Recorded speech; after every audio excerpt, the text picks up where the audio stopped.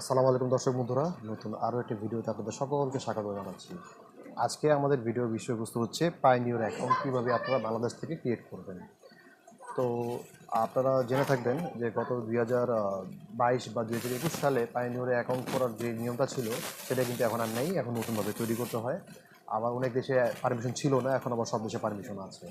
তা জেনে রাখা ভালো যে পেপ্যাল হচ্ছে এমন একটি কোম্পানি যে যে গেটওয়ের মাধ্যমে আপনি পুরো পৃথিবীতে লেনদেন করতে পারবেন বড় অঙ্কের যে অ্যামাউন্টগুলো আছে। সাপোজ $500, $1000, $2000 বা আরও অনেক বেশি যে ডলারের যে লেনদেন সেটা হয় হচ্ছে বর্তমানে পেপ্যালের মাধ্যমে।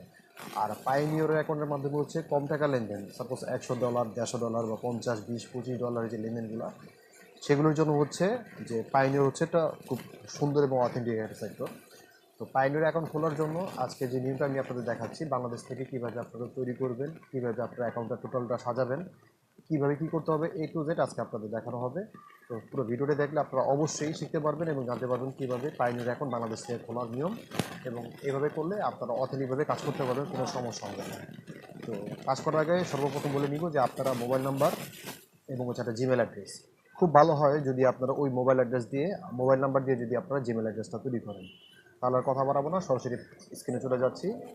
এই যে দেখুন, আমি আপনাদেরকে এই লিঙ্কটা দিয়ে দিব, আপনারা এই লিঙ্কে সরাসরি প্রেস করার সাথে সাথেই মূলত এরকম একটা ইন্টারফেস পাবেন। পাইনিয়রের যে সাইন আপের যে মেইন ইন্টারফেস সেটা পাবেন। এখানে আসার পরে আপনারা প্রথমে এটা দিয়ে দিবেন। যদি আপনার বড় কোনো বিজনেস না থাকে সেক্ষেত্রে আপনি এটা করবেন। সাপোজ আপনি একজন ফ্রিল্যান্সার, আপনি চাচ্ছেন হচ্ছে যে কোনো লেনদেন দেশ বিদেশ থেকে আপনার কাছে আসবে। তো এই লেনদেনটা আপনি পাইনিয়রের মাধ্যমে টেক করবেন। সাপোজ বিকাশের মতো, আপনি বিকাশে যেমন লেনদেন আমরা করে থাকি ঠিক এরকম। তো আপনি পাইনিয়রের যদি বিজনেস না করে থাকেন, বড় কোনো অর্গানাইজেশনের সাথে জড়িত না থাকেন, সেক্ষেত্রে আপনি দেবেন হচ্ছে no, my business isn't registered. আপনি বিজনেস কোনো কিছুতেই রেজিস্টার করা নাই, ওকে।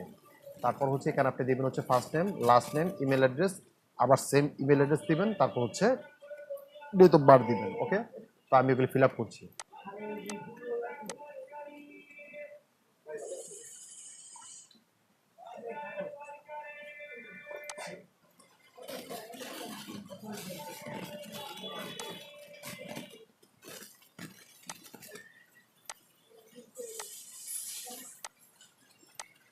আচ্ছা, এই অংশটা পূরণ হয়ে গেলে আপনারা এরপর নেক্সট প্রেস করবেন। আচ্ছা, এই অংশটা হচ্ছে আপনার সাথে তারা যে কন্ট্যাক্ট করবে সে কন্ট্যাক্টের ইনফরমেশন চাচ্ছে। তো আপনি বাংলাদেশ দিবেন, তারপর হচ্ছে স্টেট। এখানে দিবেন হচ্ছে যে আপনার যে বাসা নাম্বারটা সেটা দিবেন। তারপর হচ্ছে আপনি টোটাল ইনফরমেশন দেওয়ার চেষ্টা করবেন যাতে ওই নাম্বার পর্যন্ত তারা আসে।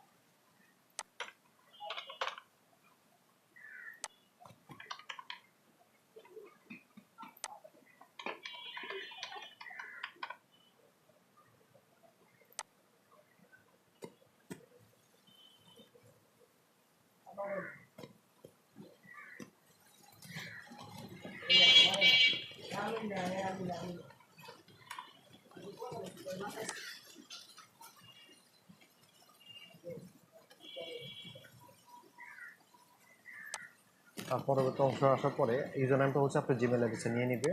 তারপর হচ্ছে আপনি পাসওয়ার্ড দিবেন, এমন একটা পাসওয়ার্ড দিবেন যেখানে একটা বড় অক্ষর একটা ছোট অক্ষর থাকবে, আপনারা দেখে শুনে দিলে জিনিসটা ভালো হয় আর কি।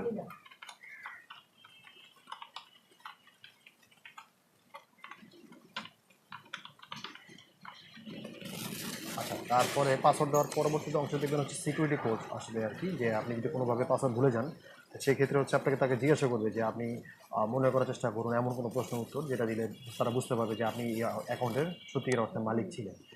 তো আপনি ফার্স্ট টিচার নাম কী ছিল, বা আপনি দিতে পারেন যে what is the name of your first teacher, বা আপনি টিচারের নাম দিতে পারেন, বা আপনি যে কোনো প্রশ্ন উত্তর এখানে দিয়ে দিতেন।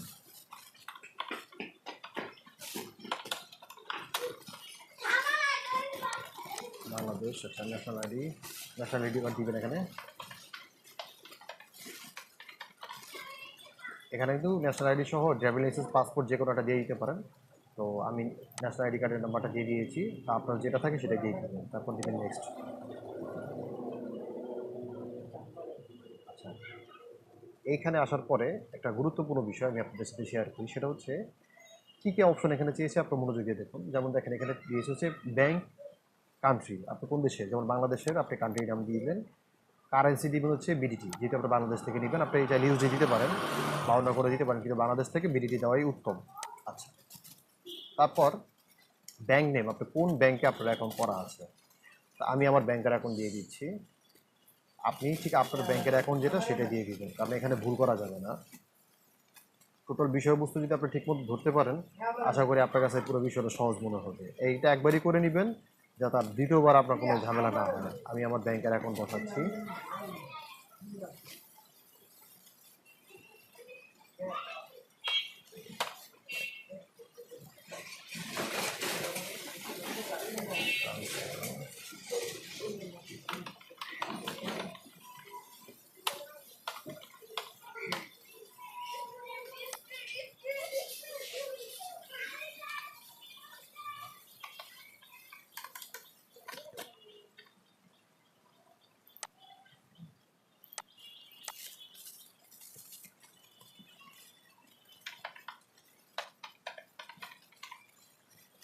এখানে আইডি টাইপ আপনি দিয়ে দিবেন, আইডি হচ্ছে আপনার এনআইডি কার্ডের নাম্বারটা দিয়ে দিবেন, তারপরে সেখানে অ্যাগ্রি অ্যাগ্রি, এই দুইটা জিনিস অ্যাগ্রি দেওয়ার পরবর্তী আপনি এখানে সাবমিট দিয়ে দিবেন।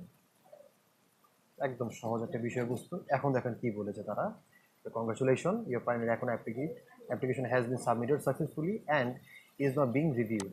এখন হচ্ছে তারা পুরো বিষয়টা দেখবে, চেক করবে, চেক করার পরবর্তীতে আপনার মেইলে মেসেজ পাঠাবে যে আপনার এটা হয়েছে এবং আপনার একটা লগ ইন ইনফরমেশন তারা জানিয়ে দেবে। এই হচ্ছে টোটাল হচ্ছে বর্তমানে বাংলাদেশ থেকে কীভাবে আপনি অ্যাকাউন্টটা তৈরি করবেন, বর্তমান প্রসেস হচ্ছে এইটা। তো এখানে আমি বলে রাখি আপনাদেরকে যে যে কাজগুলো আমি এখানে করেছিলাম। প্রথমে হচ্ছে আপনি একটা ভ্যালিড জিমেল অ্যাড্রেস রাখবেন এবং আপনার মোবাইল নাম্বারটা রাখবেন। আর এর আগে যদি আপনি কাজ করে থাকেন, যেমন আমি একটু আগে ট্রাই করেছিলাম, আমার জিমেল এর আগে একবার এখন করা ছিল, সেজন্য এটা নেয়নি। আমি নতুন করে কাজ করেছি বিধে সময় লেগেছে, কাজটা আসলে অনেক অল্প সময়ের কাজ ছিল।